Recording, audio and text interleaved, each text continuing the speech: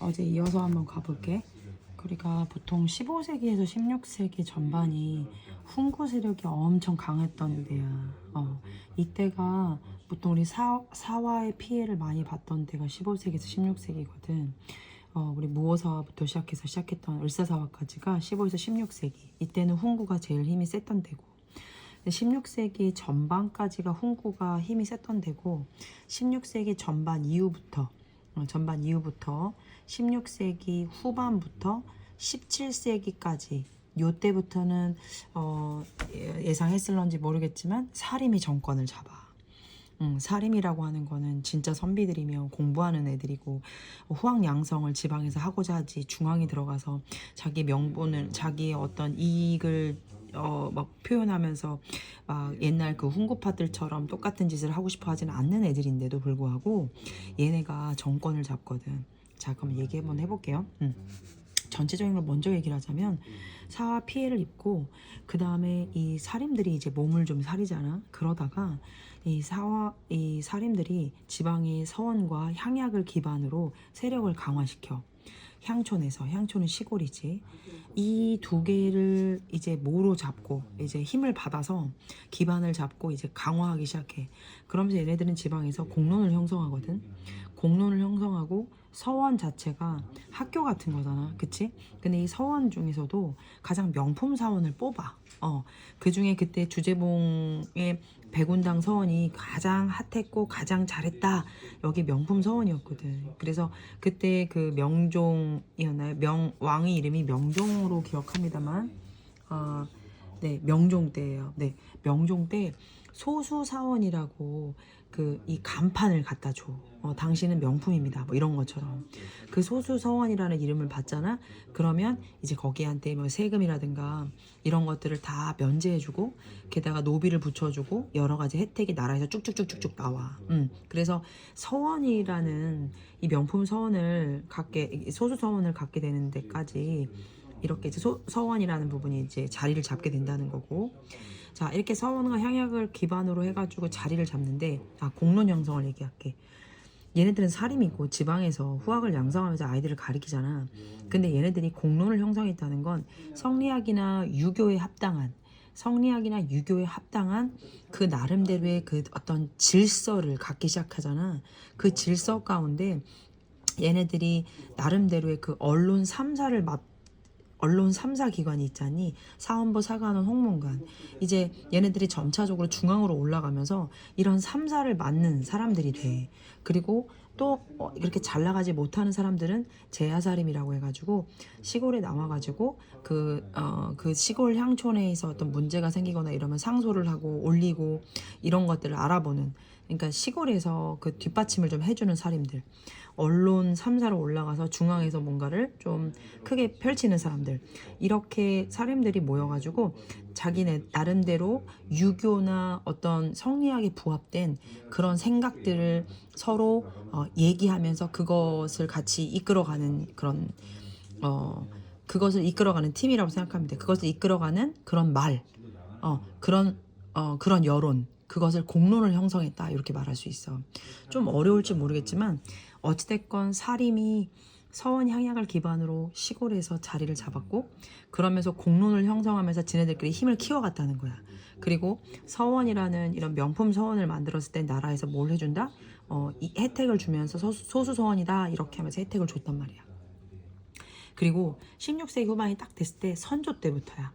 선조가 바로 광해군 아빠거든. 근데 이때 참 안 좋은 일이 벌어지는 게 1592년 임진왜란이 일어나. 굉장히 이제 힘들 때거든. 근데 이 선조 때부터 중앙에 진출해. 누가? 사림 세력이. 그러면서 이제 그 사림 세력으로 시작을 하면서 사림 내부에서 분열이 생기거든. 사림 내부에 분열이 생기는 이유가 있어. 사림 내부에 분열이 생겨서 결국 붕당을 형성해. 붕당이라는 게 뭐냐면 정치의 당이 하나였는데 붕괴돼가지고 두 개로 나눈다는 얘기지. 이 붕당을 형성하는 건 좋은 점과 나쁜 점이 있어. 자, 얘기해봐. 생각해봐. 사림 자체가 한 팀이었는데 얘네가 어떤 문제로 인해서 당이 나눠졌대. 그러면 서로 견제하면서, 야, 우리나라도 민주당 뭐 한나라당 이렇게 해가지고 서로 당인끼리 경쟁하면서 좋은 점 나쁜 점을 얘기하면서 비판 비교하잖아. 그거는 서로 긍정적인 면이 있단 말이야. 발전을 할 수 있어. 하지만 나중에 가면서 이 사림의 어떤 붕당 형성은 정말 최악으로 떨어져. 완전 썩어진다고. 썩고 냄새나고 부정부패에다가 모였다 하면 붕당을 형성해서 자 이놈 죽이자 저놈 죽이자 이런 역적 모의를 하기 시작하는 거지. 그래서 부정적인 면, 즉 붕당의 마지막에는 부정적인 면이 더 커다 이런 얘기를 할 수가 있고, 이 사림은 지금 이제 동인과 서인으로 이제 붕당이 나눠지게 되는 거야. 그러면서 동인에는 좀 젊은 사람들 김효원, 서인은 심의겸 나이 드신 분들이야. 이거는 경복궁을 중심으로 동쪽에 살았다. 그러면 이제 김효원 동쪽에 살았다고 해서 동인이고, 경복궁을 중심으로 서쪽에 살았다 그래서 서인이야. 김효원하고 심의겸이 이 동서로 나눠서 지금 붕당을 이렇게 했던 이유가 바로 이조전랑의 문제 때문이야. 이조전랑의 문제라는 게 무슨 말이냐면, 자, 이조전랑이라는 직급이 그 선조 때 이후부터 이 직급의 사림이 일을 하고 있었어. 근데 사림이 이 이조전랑이 어떤 역할이냐면, 여기 봐봐. 이제 여론 형성에 중요한 기관인 3사의 관리를 추천해 주는 거야. 자, 내가 이조전랑이야. 그럼 왕님, 제가요, 여기 그 사원부가 지금 자리가 비었는데, 제가 아는 사람이 있는데 참 괜찮은 사람이 있습니다. 여기다 추천해도 되겠습니까? 이렇게 후임자를 추천하는 거야. 그럼 이 자리가 굉장히 높은 직은 아니지만, 여기 그 3사를, 3사에다가 사람을 집어넣을 수 있는, 꽂아줄 수 있는 그런 직인 거지. 그러니까 굉장히 좋은 거야. 그래가지고 이거 가지고 여기에 들어가고 싶어가지고 이 이조전랑의 문제로 이 사림이 분열이 되고 붕당이 형성돼서 드디어 동인과 서인으로 나눠진 거지.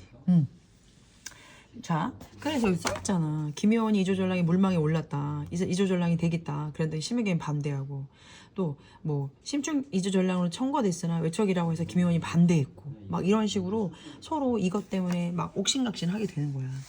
그리고 동인은 결국 또 남인과 북인으로 나눠져. 근데 남인하고 북인 중에 좀 두각을 내는 선비들이 북인들인데, 북인들이 이제 광해군을 이끌어가는 뒤에 그 귀족들이고, 그 서인들은 나중에 광해군을 뭐하고 그 몰락시키고 그다음에 인조를 왕으로 시키잖아. 그래서 인조 반정을 일으키거든. 이거는 이제 서인들이고, 그래서 얘네들이 지금 사림 애들이라고. 사림 애들이 이렇게 동서남북으로 바뀌고, 광해군을 지지하냐 인조를 지지하냐 이렇게 하면서 나눠지는 상황이야. 자, 이제 들어가 보도록 할게. 자, 아까 얘기했지, 사림이 사화를 이후로 굉장히 주춤했는데, 그 이후부터 지방에서 뭐를 가지고, 서원과 향약을 가지고 뭐했다, 기반을 형성한 거야. 굉장히 잘 나갔다는 얘기지. 그래서 그 영주 소수서원이라고 하는 건, 이 소수서원이라는 게 명품 서원이야. 그래서 잘 나가는 서원들한테 나라에서 간판 주고 혜택을 준다라는 거야. 자, 그래서 서원이라는 거는 학교를, 지방 곳곳에 서원을 설립을 해가지고 걔네들끼리 서로 모여서 정치 여론을 형성하고 공론을 형성한 거지. 서원에선 성리학이 깊이 연구되면서 특정 학자의 학통, 이게 길제학통이라고 해서 정몽주, 온건파이들 있잖아. 그 사람들의 학풍이 계속 내려오고 있는 거야. 그래서 그 사람들의 계승을 한 학파가 형성되었고, 성리학이 더욱 발달했어. 향약이라고 한다는 건 그 우리가 예로부터 내려오던 상부상조, 성리학적 유교질서 이런 것들을 결합해서 법을 만든 건데, 향약이라는 건 뭐냐면 지방법이야. 원래 경국대전이라고, 왜 세조가 만들어서 누구 때, 성종 때 그 완성됐던 경국대전은 도심에서만, 즉 한양에서만 그게 통했지, 지방에서는 경국대전이 그 영향력이 없었어. 그 지방에서는 향약이 최고인 거야. 그래가지고 사림 애들이 향약을 다 알려줘. 그러면 이제 그대로 집에서는 그걸 따라가는 거지. 이게 바로 지방의 법이라고 생각하면 돼. 그래서 이렇게 하면 좋아요, 이렇게 하면 안 좋아요, 이렇게 하세요 라고 해서 규칙을 알려줬고, 조광조가 중국의 향약을 번역해서 이황과 이이가 우리나라 실정에 맞춰서 향촌을 만들어서 널리 보급했어. 이거는 지방을 이제 이끌어가는 데서 굉장히 도움이 많이 됐겠지. 사림 세력의 집권과 붕당의 형성이야. 아까 얘기한 것처럼 네 차례의 사화로 사림 세력은 피해를 입었고 주춤했지만 서원과 향약을 기반으로 일어났어. 입지를 다졌단 말이야. 향촌 사회에서 꾸준한 세력을 키운 사림 세력은 언제 때부터? 선조 때부터 다시 중앙정계에 진출을 하기 시작하는 거지. 선조가 내가 아까 뭐라 그랬지? 1592년 임진왜란이 일어났을 때라고 얘기했고 광해군 아빠라고 했다. 선조 때부터 다시 중앙정계에 진출한 게 바로 16세기 후반이야.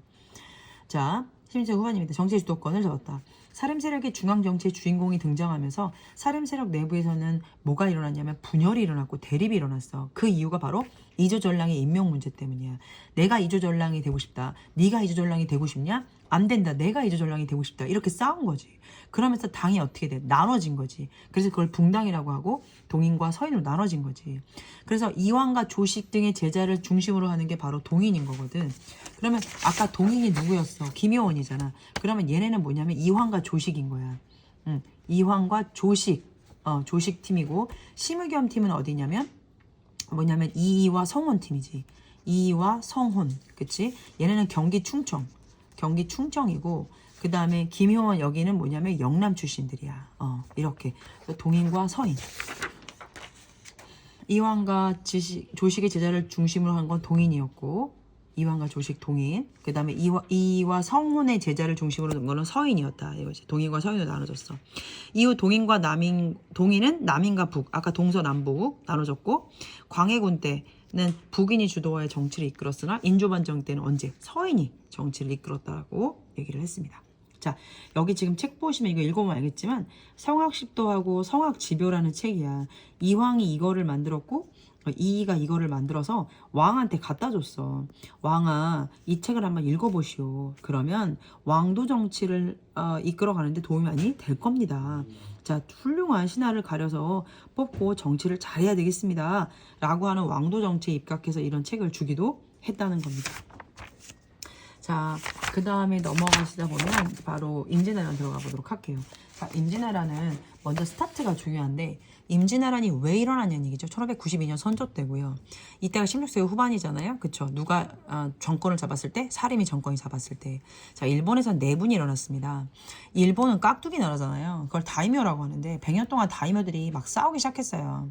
이 깍두기 아저씨들이 서로 싸우면서 막 죽이고 칼로 째르고 막 때리고 이러면서 이제 계속 이 파들이 이제 막 계속 싸우고 이기고 계속 싸우고 이기고 막 이랬단 말이에요. 그 시대를 다이묘 전국 시대라고 하는데 이때 도요토미 히데요시가 이 사람들을 잠재웠어요. 그리고 이 사람들한테 뭐라고 했냐면 이보시오, 당신들 지금 열받지요? 이 열받음을 우리 내분에서 풀지 말고 어디로? 불만을 밖으로 돌립시다 하면서 이 사람들의 힘을, 이 사람들의 불만을 어디로? 이 대륙으로 품자는 거야. 대륙으로 돌리자는 거야. 그 대륙의 일바가 만만한 게 누구겠어? 바로 조선이었던 거지. 줬어! 그래가지고 이 사람들이 다 대륙을 침략하기 시작하는데 그 첫 번째가 조선이었던 거야. 조선을 침략했어. 일본이 조선을 침략하고 나서 조선은 조총을 가지고 우선은 시작을 했지. 여기 보시게 되면요. 여기가 부산진 동래성이라고 지금 동래 부산 보이십니까? 자, 부산 동래 보이시죠? 먼저 일본이 나와가지고 먼저 와가지고 부산하고 동래진을 습격합니다. 근데 여기에는 굉장한 멋진 군인이 있었어요. 광군이. 육지군. 근데 걔네가 되게 멋지고 되게 잘했던 애들인데 그냥 넘어갑니다. 3, 4일 만에 여기가 다 함락돼요. 그래서 되게 지금 뭐 한 거야? 불안한 거지. 그치? 그리고 나서 충주로 갑니다. 충주에도 대단한 사람이 있었거든요. 그 충주의 대단한 사람들 또한도 바로 뭐가 되냐면 패배가 됩니다. 네. 조선이 부산진 동래성 함락이 바로 이뤄지고 충주가 패배되고 그러니까 이제 선조가 어떻게 된 거야? 충주가 패배되면서 바로 한양이 위니까 안 되겠다. 도망가야겠다. 해가지고 선조가 의주로 피난합니다. 왕이요. 도망가는 거야. 어쩔 수 없는 상황이지. 아주 그냥 말도 안 되는 상황이야. 그리고 나서 수도가 함락이 됩니다. 한양이 함락이 되고 그리고 나서 평양과 함경도가 점령이 돼요. 여기까지 충주하고 한양까지 올라오는데 15일이 안 걸린다고 그러더라고요. 15일이. 대단히 빨리 올라온 거지. 그러니까 평양 함경도까지 먹었으면 거의 3분의 2 다 먹은 거야. 이때 SOS를 치지. 누구한테? 명나라한테. 자, 명나라는 도와줄까 말까 하다가 잘못하면 우리나라까지도 올라오겠다 싶어가지고 막판에 도와줍니다. 자, 지금 이제 그런 상황입니다. 자, 책 보면서 다시 또 추가적으로 말씀을 드릴게요. 임진왜란이 발발했는데 도요토미 히데요시가 전국을 수습하면서 자, 너희들 열받는 불만을 대륙으로 옮기자 해가지고 임진왜란이 발발이 됐고요. 건국 이후 조용하게 잘 살고 있던 조선군은 조총으로 무장한 일본군의 침략을 막아내지는 못했죠. 그러니까 삑살이 나고 계속 이제 광군이 다 죽어가고 난리가 난 거야. 일본군의 대규모 침략에 조선은 순식간에 부산진과 동래성을 함락시켰고요. 전쟁이 시작된 지 얼마 안 돼서 수도 함량 점령되고 선조 피난하고 일본군은 빠르게 북상해서 평양과 함경도까지 먹었고 그래서 우리가 지원군을 명나에게 이제 부탁을 했다는 거죠. 자, 보세요. 그러면 자, 지금 우리가 조선의 군인이 관군이 있어요. 육군. 그 다음에 수군. 이제 바다를 지키는. 그 다음에 이제 의병과 뭐가 있냐면 승병이 있다는 얘기죠. 그럼 관군은 거의 뭐가 됐어요? 지금 패배된 거예요. 다 뭐가 됐습니까? 여기서 지금 다 뭐가 된 거야. 다 제끼고 올라간 거니까 얘네들은 끝난 거지. 근데 이제 관군은 지금 패배가 됐지만 수군과 의병이 여기서 활약을 해줍니다. 수군과 의군이 활약을 해주고 역전의 태세를 보여주고 이순신, 불멸의 이순신이 옥포해전, 사천해전, 당포해전, 한산도해전에서 승리를 쳐줍니다. 그러면서 역전으로 갑니다. 역전. 자, 보세요. 수군이 승리를 하면서 서남해의 제해권을 장악합니다. 여기 보세요. 아무래도 여기가 지금 바다 아니겠습니까? 그쵸? 그러면 얘네가 올라와서 여기서 좀 싸워서 이겼잖아, 수군이. 그치? 그러면 여기는 더 이상 뭐 할 수가 없다. 니네들이 여기서는 올라올 수 없다. 근데 얘네들의 어떤 계략은 뭐였냐면 여기를 뭐하고 이겨서 이 육지로 올라오면 이 전라도 곡창지대에서 먹을 거를 뭐해서 준비해서 올라가자 이런 생각이었단 말이야, 일본이들은. 근데 여기를 우리가 뭐해서 못 들어오게 제해를 시켰잖아. 그치? 그래서 수군의 승리로 서쪽하고 남쪽 해안을 모조리 지네들이 올 수 없도록 제해권 막았다는 거고, 또 하나 곡창지대 전라도 수호라는 건 지네들이 육지로 올라와서 먹을 거를 가져가려고 했었는데 그것도 막았다는 거죠. 그래서 일본의 보급로를 차단했고, 예, 우리나라의 승리로 서남해의 제해권을 장악했다는 건 서쪽하고 남쪽을 바다를 우리가 다 먹었다는 얘기예요. 걔네들이 들어올 수 없다는 얘기죠. 그리고 나서 도와줬던 게 의병과 승병입니다. 예, 그러니까 스님. 그 다음에 의병이라는 건 뭐냐면 군인이 아니에요. 군인이 아닌데 3, 4, 5 아저씨들이 모여가지고 으쌰 야, 나라가 이런 상황인데 니네가 도와주지 않을 거야? 오케이, 도와주자. 그래서 의기투합해서 만들어진 병사죠. 의병과 승병이 가담을 해서. 근데 이 사람들은 여기서 평생 태어난 사람이니까 얼마나 익숙한 지리와 전술이 있겠습니까? 싸우던 그런 스타일들이 있어서 그걸 갖고 가담을 해서 일본군을 타격한 거죠. 자, 관군은 패배했지만 수군과 의병이 활약을 해서 역전을 했고 이순신이 연달아 이겼고, 그러므로 인해서 서남의 제해권 장악, 일본 보급로를 차단함으로 인해서 나중에 승병, 의병 가담해서 일본군을 타격했다는 거죠. 자, 그 타임에 명이 도착을 해요. 야, 다 끝났대. 짜증나는 거지. 그 타이밍이 들어와. 그래서 그래도 너무 고맙게 그래서 명과 함께 평양성을 다시 찾아요. 역전인 거죠. 그리고 나서 진주대첩 보이세요? 김시민. 그 다음에 행주대첩 권율. 여기서 이게 1593년도예요. 그러니까 여기 때까지 올라오는데 1년이 걸린 거죠. 1년이 걸렸어요. 진주대첩, 행주대첩 1593년에 승리를 하면서 자, 한양을 찾습니다. 한양을 찾고 일본군이 야, 알았어 휴전. 미안해 휴전하게 돼.